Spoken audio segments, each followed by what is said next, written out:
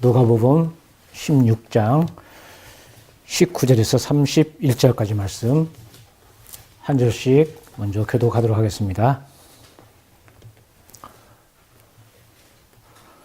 누가복음 16장 19절에서 31절 말씀입니다. 먼저 19절을 먼저 읽도록 하겠습니다. 한 부자가 있어 자색옷과 고운 베옷을 입고 날마다 호화롭게 즐기더라.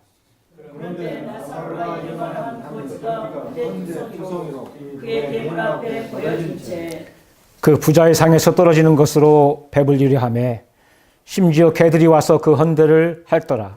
이에 그 거지가 죽어 천사들에게 받들려 아브라함의 품에 들어가고 부자도 죽어 장사되게 그가 음부에서 고통 중에 눈을 들어 멀리 아브라함과 그의 품에 있는 나사로를 보고 불러 이르되 아버지 아브라함이여 나를 긍휼히 여기사 나사로를 보내어 그 손가락 끝에 물을 찍어 내 혀를 서늘하게 하소서 내가 이 불꽃 가운데서 괴로워하나이다. 아브라함이 이르되 예 너는 살았을 때 좋은 것을 받았고 나사로는 고난을 받았으니 이것을 기억하라. 이제 그는 여기서 위로를 받고 너는 괴로움을 받느니라. 그뿐 아니라 너희와 우리 사이에 큰 구렁텅이가 놓여 있어 여기서 너희에게 건너가고자 하되 갈 수 없고 거기서 우리에게 건너올 수도 없게 하였느니라. 이르되 그러면 아버지여 구하노니 나사로를 내 아버지의 집에 보내소서. 내 형제 다섯이 있으니 그들에게 증언하게 하여 그들로 이 고통받는 곳에 오지 않게 하소서. 아브라함이 이르되 그들에게 모세와 선지자들이 있으니 그들에게 들을지니라. 이르되 그렇지 아니하느니라. 아버지 아브라함이여 만일 죽은 자에게서 그들에게 가는 자가 있으면 하게 하리이다. 다 같이요. 이르되 모세와 선지자들에게 듣지 아니하면 비록 죽은 자들 가운데서 살아난 자가 있을지라도 고난을 받지 아니하리라 하였다 하시니라. 아멘. 잠시 기도하겠습니다. 사랑과 공의 하나님 아버지, 참으로 부족한 것이 이곳에 서서 하나님의 말씀을 대언하고자 합니다. 부끄러운 모습 다 십자가 뒤로 감춰주시옵고 오직 주님의 말씀만을 잘 대언하는 도구로서의 역할을 잘 감당할 수 있게 좀 인도하여 주시옵소서. 예수님의 이름으로 감사하며 기도드리옵나이다. 아멘. 저는 오늘 본문 말씀 누가복음 16장 19절에서 31절을 중심으로 해서 죽음 저편이라고 하는 제목으로 말씀을 상고하면서 은혜를 나누려고 합니다. 누가복음 16장 전체는 재물을 어떻게 사용해야 하는가라는 대명제하에 주어진 말씀입니다. 아마 여러분들에게 오늘 본문 말씀은 많이 익숙한 말씀이라는 생각이 듭니다. 이름하여 부자와 거지 나사로의 비유 이야기죠.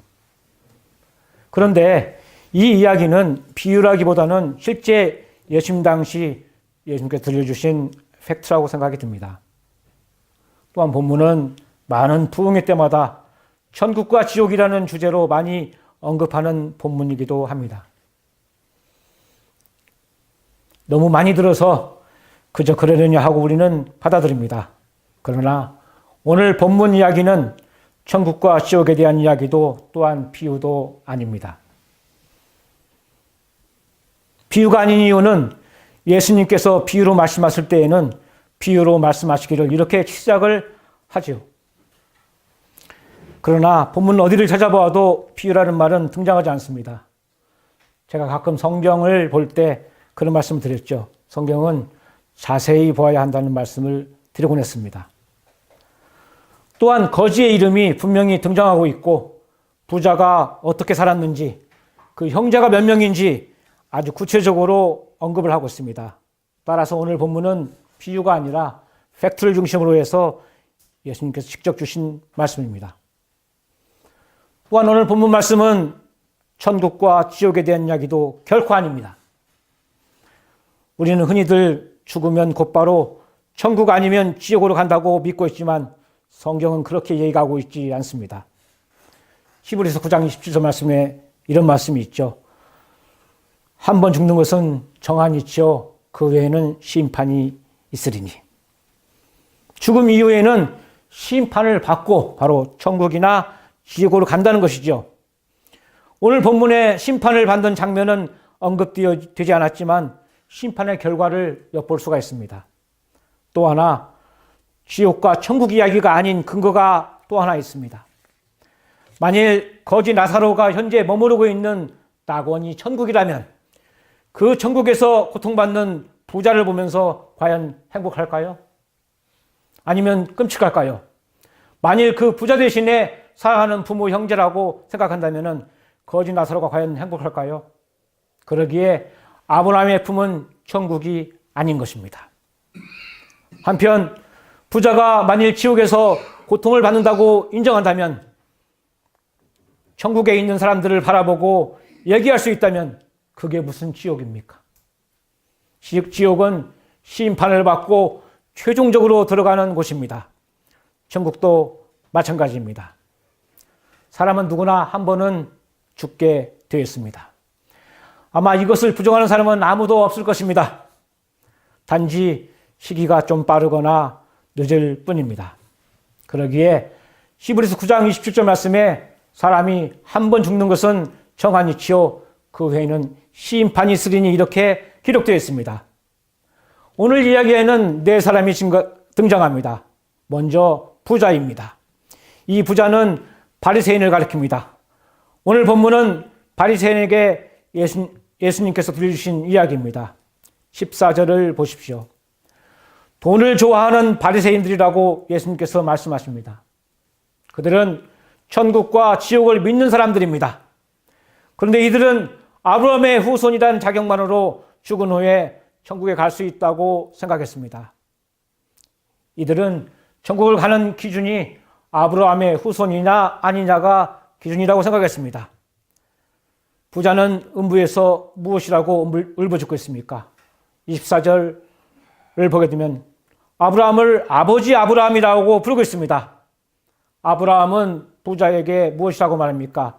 25절을 보게 되면 예라고 합니다. 예라는 말은 헬라어로 테크논이라는 아들아 이런 뜻입니다. 아브라함의 자손인데 지옥에 가 있는 것입니다. 음부에 가 있는 것입니다. 이 말씀은 유대인들에게 엄청난 충격을 주었을 것입니다. 진정 누가 아브라함의 자손이겠습니까? 세례요한의 말씀을 들어보시기 바랍니다.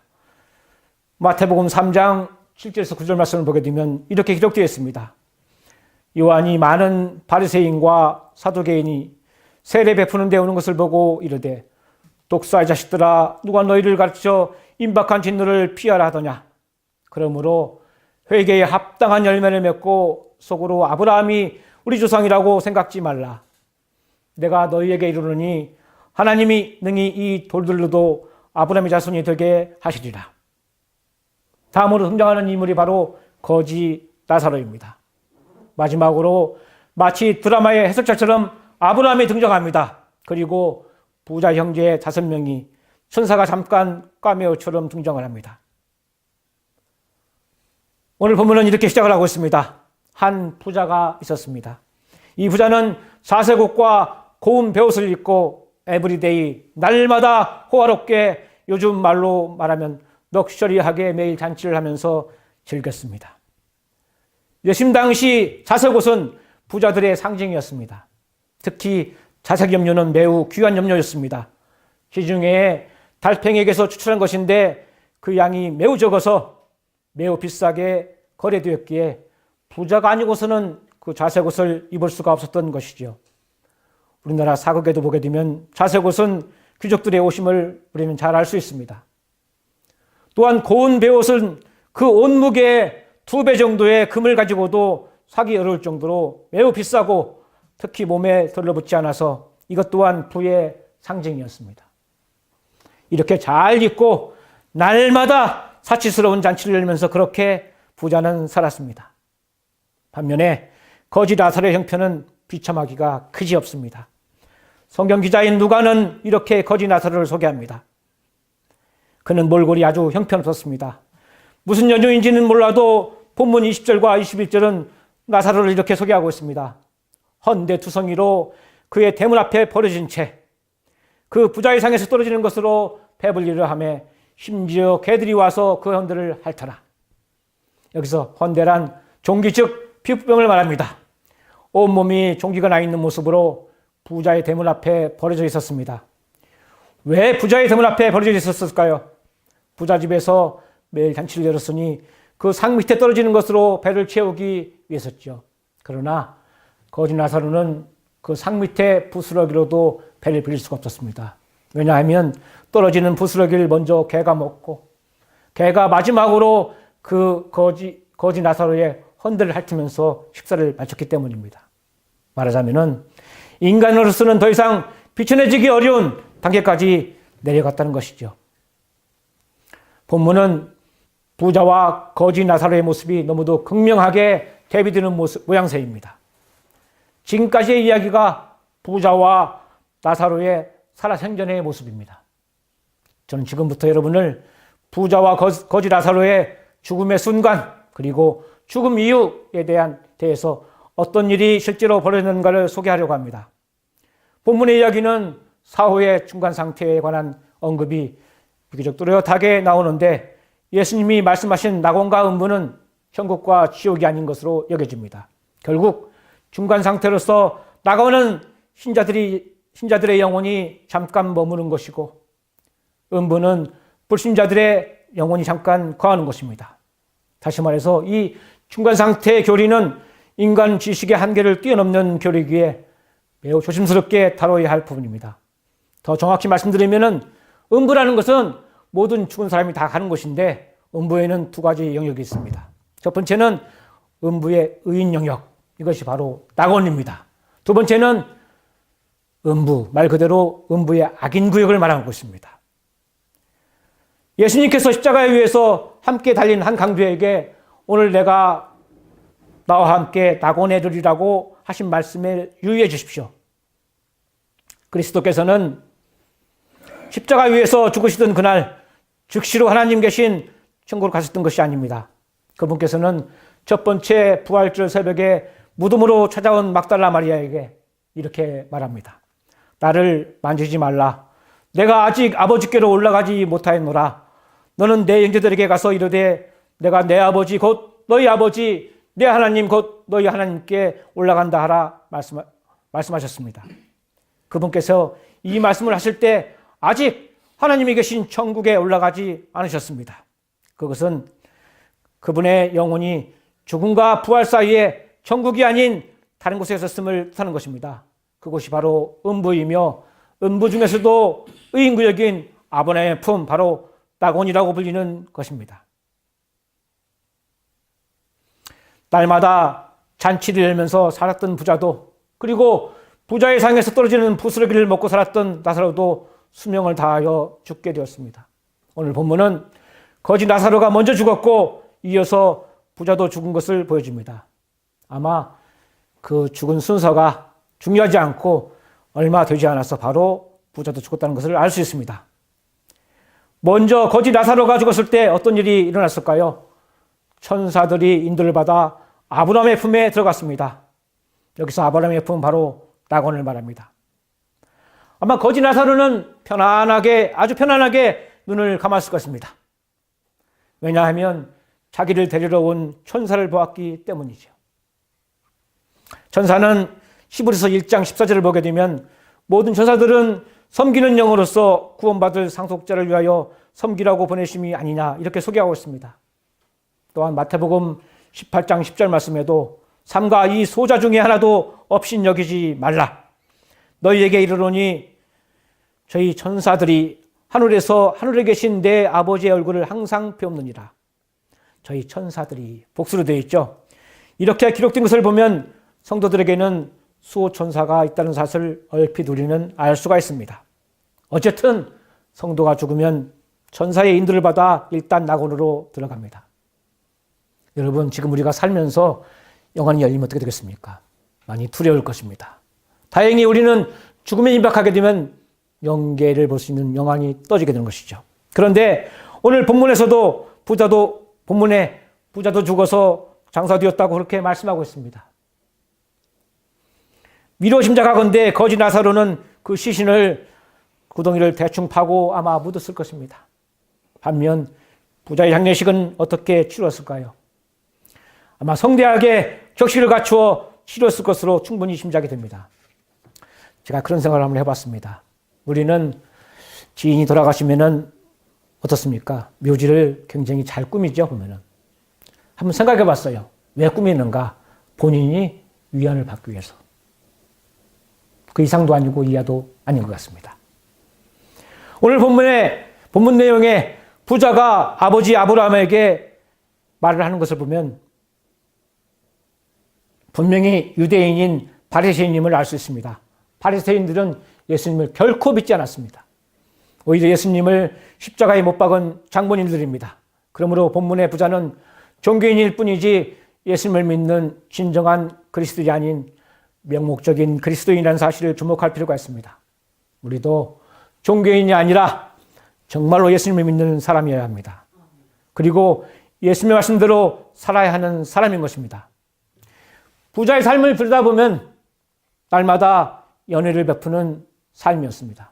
부자라면 대문 앞에서 헌대로 고생하는 거지에게 자비를, 긍휼을 베풀만도 한데 오늘 본문 어디에도 자비를 베푸는 모습을 찾아볼 수가 없습니다.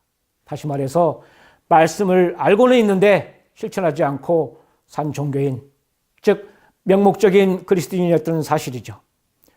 오늘 본문 22절부터는 거지 라사로와 부자가 죽어서 어떻게 되었는가가 아주 상세하게 잘 설명되어 있습니다.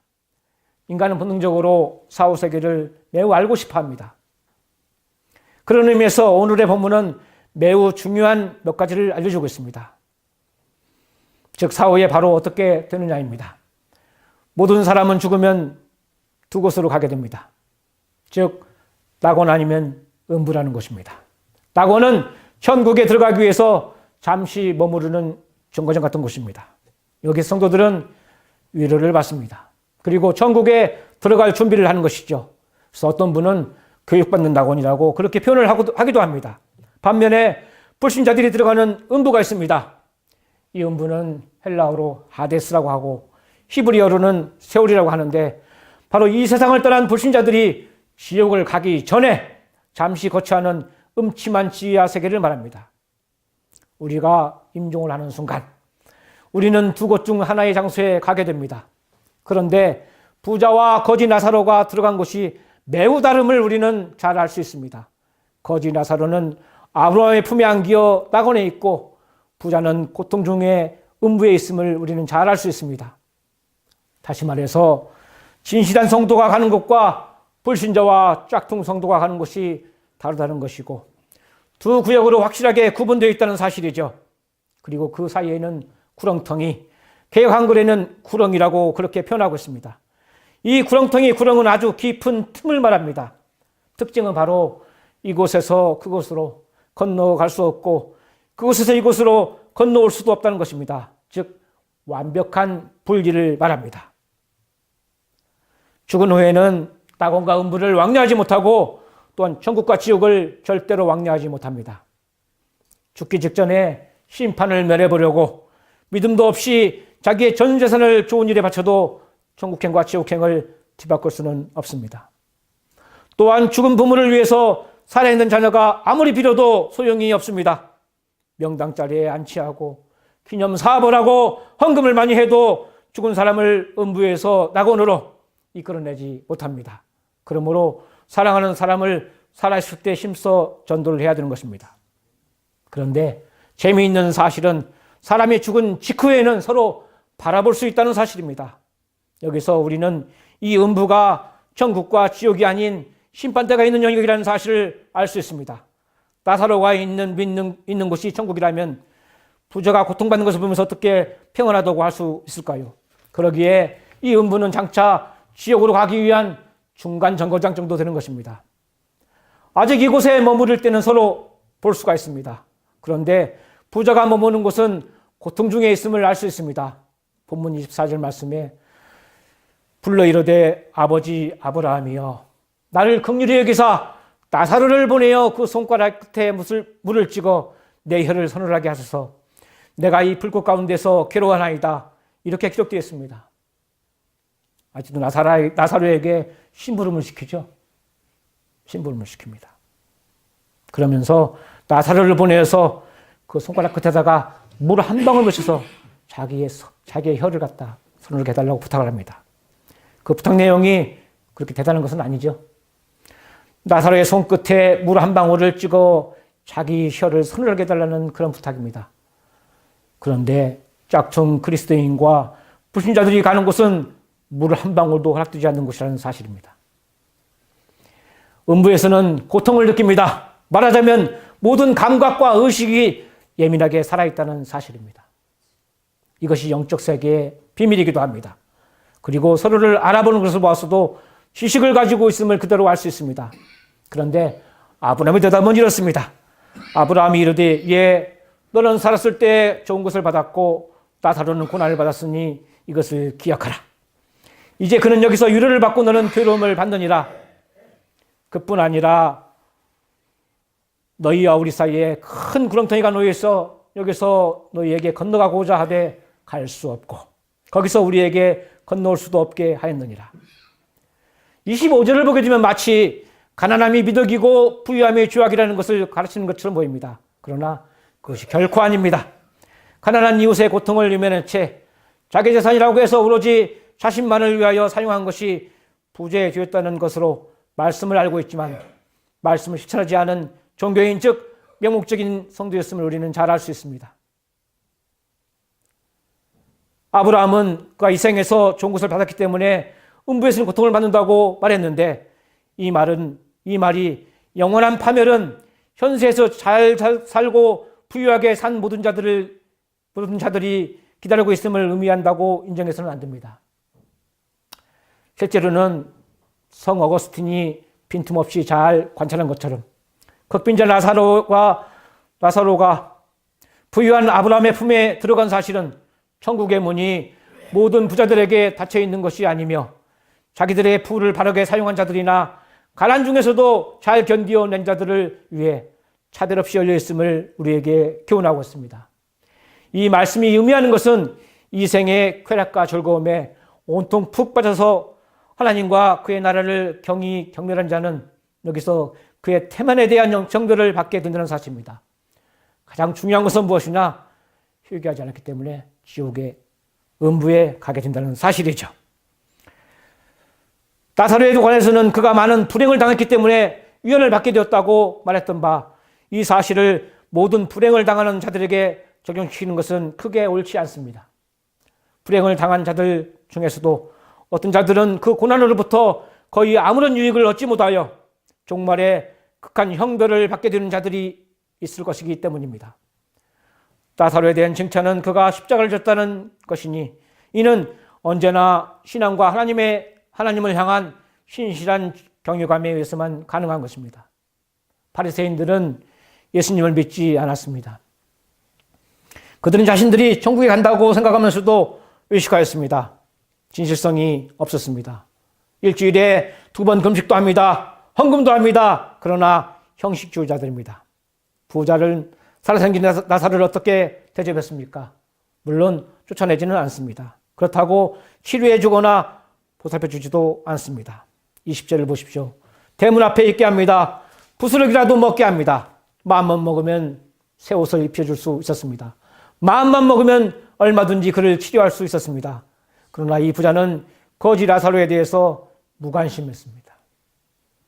이 무관심은 상대를 소극적으로 멸시하는 행위인 것입니다. 야고보서 4장 17절 말씀에도 사람이 선을 행할 줄 알고도 행치 않으면 죄리냐 이렇게 말씀하고 있는 경우가 바로 그런 경우입니다.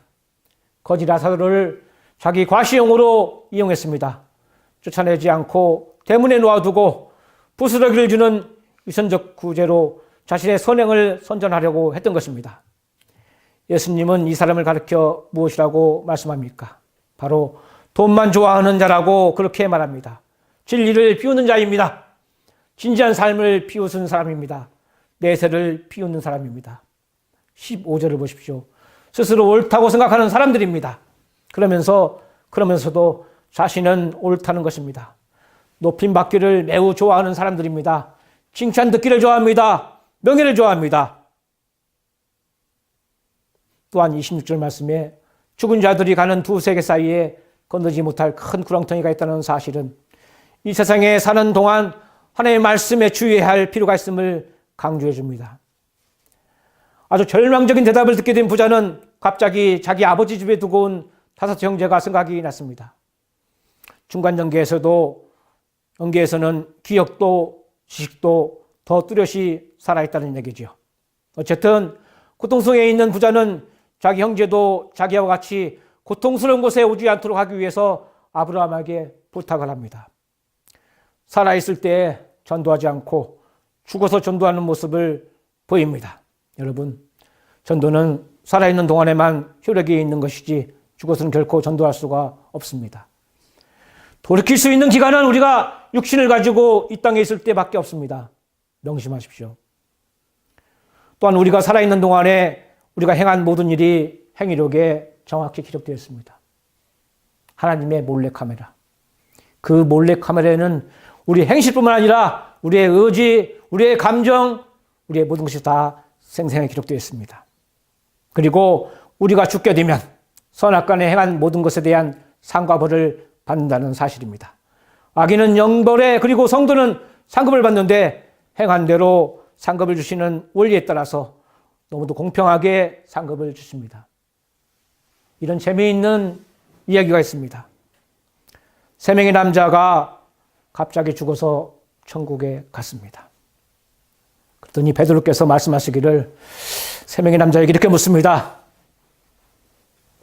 지금부터 내가 하는 말을 잘 듣고 정직하게 대답하거라. 너희는 세상에 있을 때 바람을 몇 번이나 피웠느냐? 첫 번째 성도가 말을 합니다. 딱 한 번 바람을 피웠습니다. 괜찮게 살았구나 하면서 대형 수용차를 한 대 내주었습니다. 천국을 누비라고.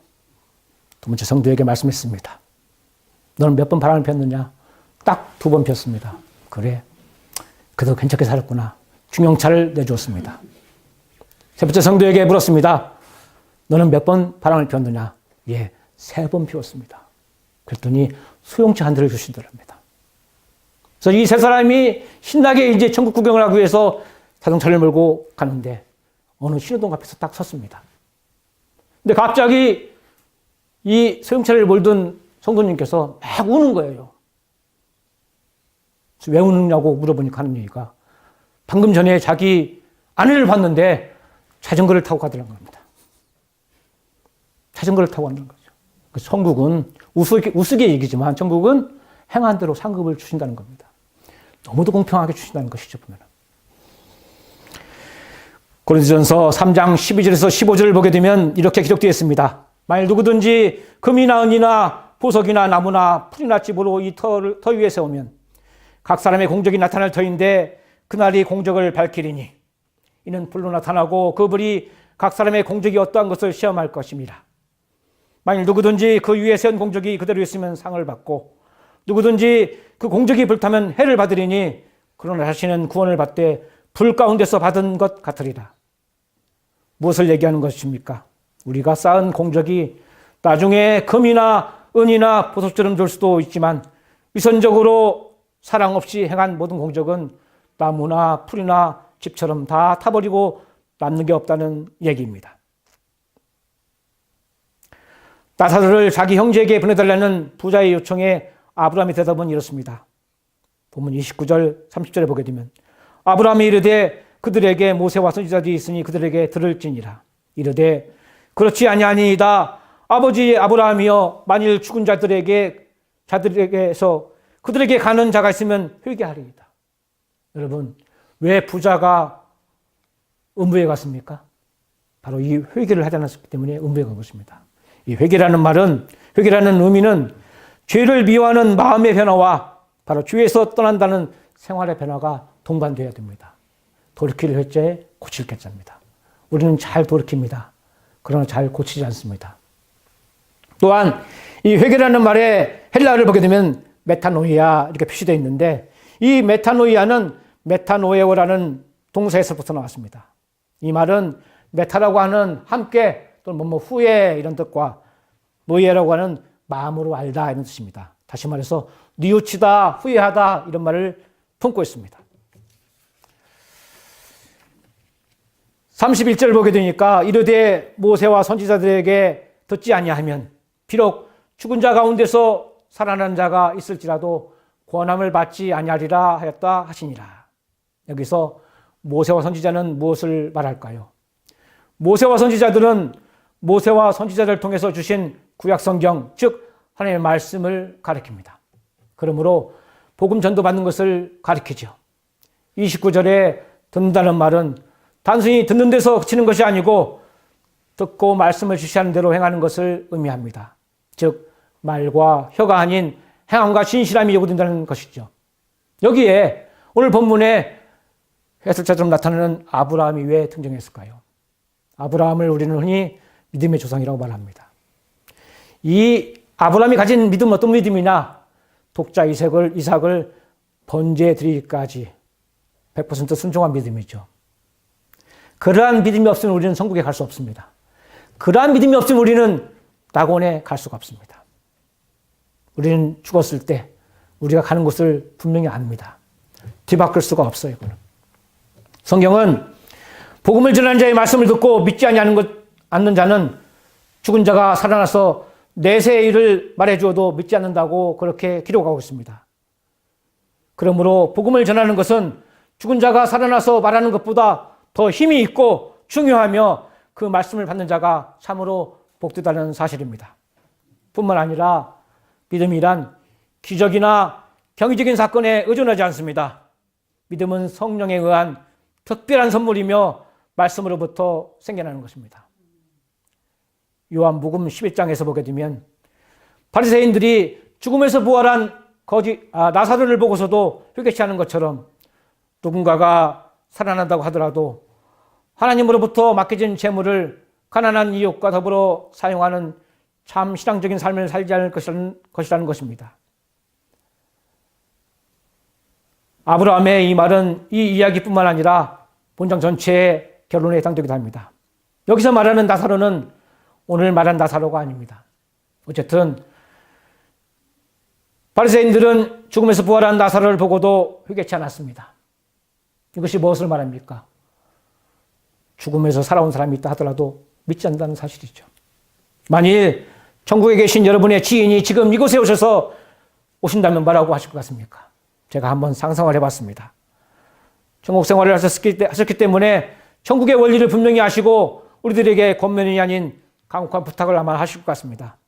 먼저 이 땅에서 가장 중요한 것은 예수님을 바로 믿고 성화되는 것이라고 말씀하실 것 같습니다. 천국은 믿음으로 가지만 우리가 행한 대로 일한 대로 상급을 받는 곳이기도 합니다. 다음으로 천국에는 정말 대단한 성도들이 많이 있음을 알려주면서 이 땅에 있는 동안 믿음을 잘 지키며 말씀을 전하면서 하늘나라에 많은 상급을 쌓으라고 부탁하실 것 같습니다. 마지막으로 아직 예수님을 알지 못하는 사람에게 주위 사람들에게 예수님을 반드시 소개해야 한다고 말씀하실 것 같습니다. 여러분은 이 땅을 떠나면 이 땅에서 가장 젊었을 때 머리가 까만 흰머리가 하나도 없는 여러분의 모습 그리고 성도들의 모습을 천국에서 아마 볼 것입니다. 전혀 장애도 없고 불편함도 없고 그런 모습을 마주하실 것입니다.